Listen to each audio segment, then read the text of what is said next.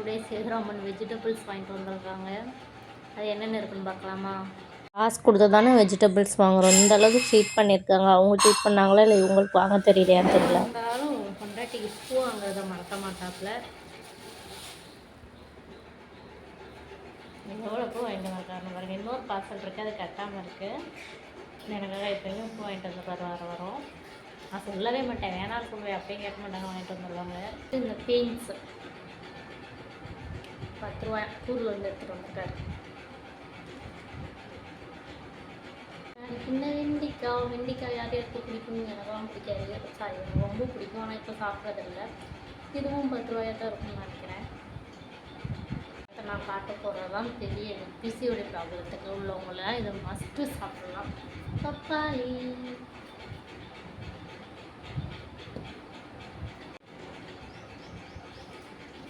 தெரியுமா, என்னோட கிட்ஸுக்கெலாம் favourite corn. இது 1 2 சேர்த்து 50 ரூபா. அடுத்து குழம்புக்கு மாங்காய். சாம்பார் இல்லாட்டி, இந்த மாங்காய் இல்லாட்டி நான் சாம்பாரே வைக்க மாட்டேன். அடுத்து சுகருக்கு ஃபுட்பால் சொல்லும் பாவக்காய். அடுத்து என்னோட ஃபேவரட் பாவக்காய். இது எல்லாத்தையும் குழம்பு வைக்க முடியாது, உங்களுக்கே தெரியும். தக்காளி ஆதிச்சாமே வாங்கி முடிச்சாச்சு. அவ்வளோதான் வாங்கிட்டு வந்திருக்காரு. எவ்வளோ கம்மியாக வாங்கிட்டு வந்திருக்காருன்னு பாருங்கள். அடுத்து பிள்ளைகளுக்காக மேங்கோ.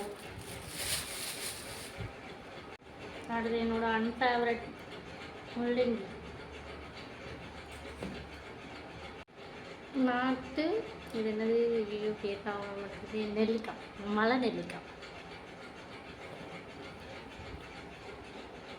இதெல்லாம் பார்த்துட்டு ரொம்ப மன உளைச்சல் ஆயிடுச்சு. எப்படி வாங்கிட்டு வந்திருக்காருன்னு பாருங்கள். இதை வச்சு நான் கீழே போடுறதா இல்லை சமைக்கிறதா?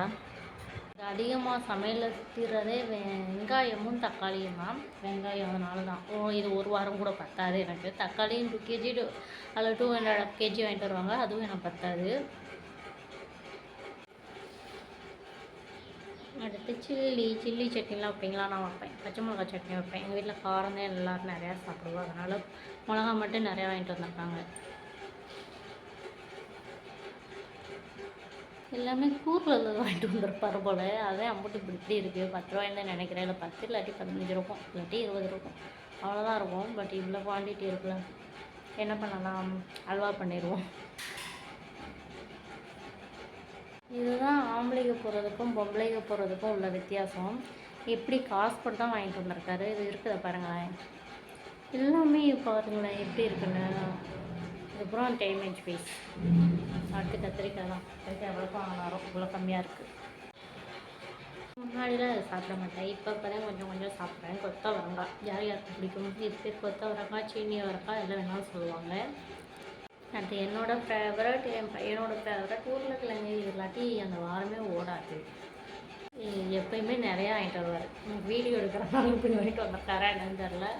கருவேப்பிலை, புதினா இது 2 ரூபாயோ 3 ரூபாயோ தெரியல. என் மைனுக்கு என் ஹேர் ஸ்டைல் பிடிக்கலையா, எப்படி இருக்குன்னு பார்த்து சொல்லுங்கள்.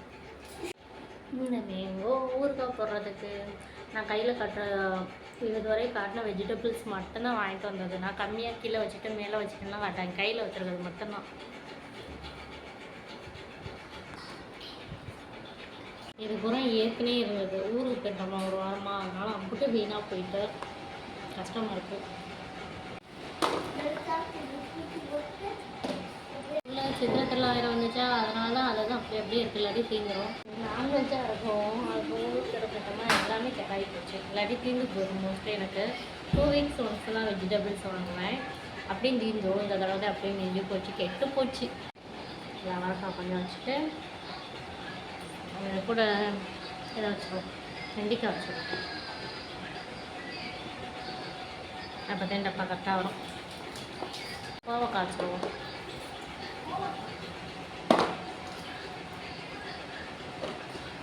இதில் கொத்தவரங்காய் வச்சுருவோம். கொத்தவரங்காய் அடுத்து இதில் கத்திரிக்காய், நெல்லிக்காய்,